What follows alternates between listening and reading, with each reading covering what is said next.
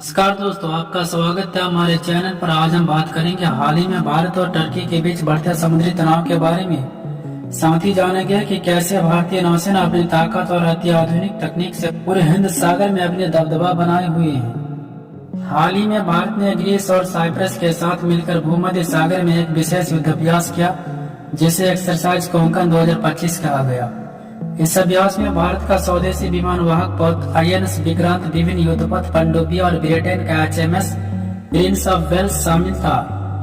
Turkey ने इसे अपनी समुद्री सुरक्षा के लिए खतरा माना, विशेष रूप से भारत और उसके सहयोगी देशों के बढ़ते प्रभाव को देखते हुए टर्की ने अपने युद्धपोत पाकिस्तान भेज दिए। समुद्र में यह तनाव केवल युद्ध अभ्यास तक सीमित नहीं रहा। भारतीय नौसेना ने एंटी सबमरीन युद्ध रणनीतियों, नौसेना ड्रोन और रॉकेट लॉन्चिंग सिस्टम के माध्यम से अपने समुद्री प्रभुत्व को मजबूत किया।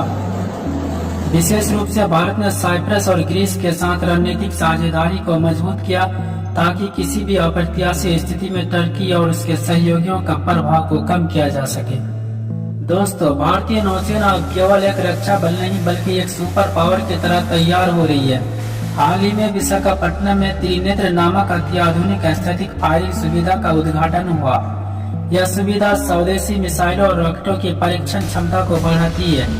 भारतीय नौसेना ने अनुरुद्ध नामक नई एंटी सबमरीन युद्धपोत को कमीशन किया, जो लगभग 80% स्वदेशी सामग्री से निर्मित है। भारतीय नौसेना के पास वर्तमान में लगभग 150 युद्धपोत, 16 से 20 पनडुब्बियां और कई विमान वाहक पोत है। भविष्य में यह संख्या 2035 तक 200 से अधिक युद्धपोत और अत्याधुनिक तकनीक के साथ बढ़ सकती है। आईएनएस विक्रांत और आईएनएस विक्रमादित्य जैसे विमान वाहक पोत समुद्र में एयर सुपीरियरिटी बनाए रखते हैं। इसके अलावा भारतीय नौसेना की ब्रह्मोस मिसाइल, टीएलबी और लंबी दूरी की एंटी शिप मिसाइलें उसे समुद्र में लगभग अजेय बनाती है। तो देखा जाए, भारत सिर्फ सैन्य शक्ति नहीं बल्कि समुद्री रणनीति और तकनीकी ताकत में भी एक बहुत बड़ा नाम बना चुका है।